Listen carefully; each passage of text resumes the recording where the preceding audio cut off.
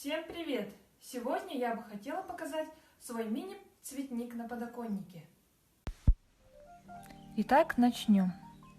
Здесь мы можем смотреть на любимцев практически всех хозяев денежное дерево, многофункциональное алоэ, которое действительно выручает во многих моментах жизни.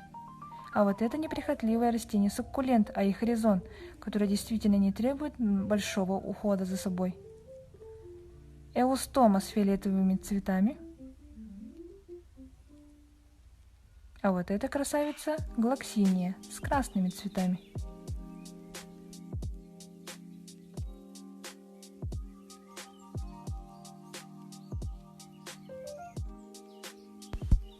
И так далее. А вот здесь у нас уже эустома с розовыми цветами.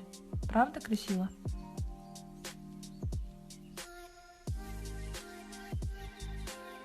Так как у нас завершилось активное летнее цветение, представляю вашему вниманию композицию «Наше лето».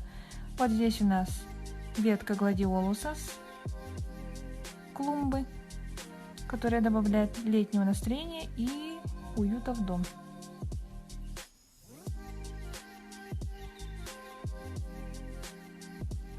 И символ осени астры. Наверное, практически каждый помнит их, когда нес их в школу на 1 сентября.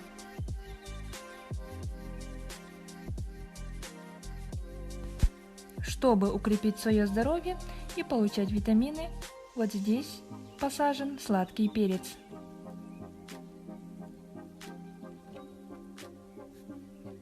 И мята. Из мяты я люблю больше всего всю зиму пить облепиховый чай.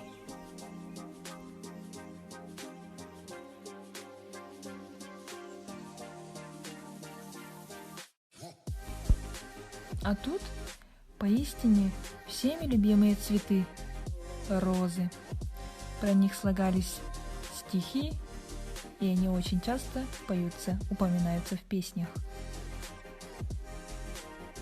Период активного цветения этих роз летом, но также тут просматриваются бутоны. Главное за ними хорошо ухаживать и следить.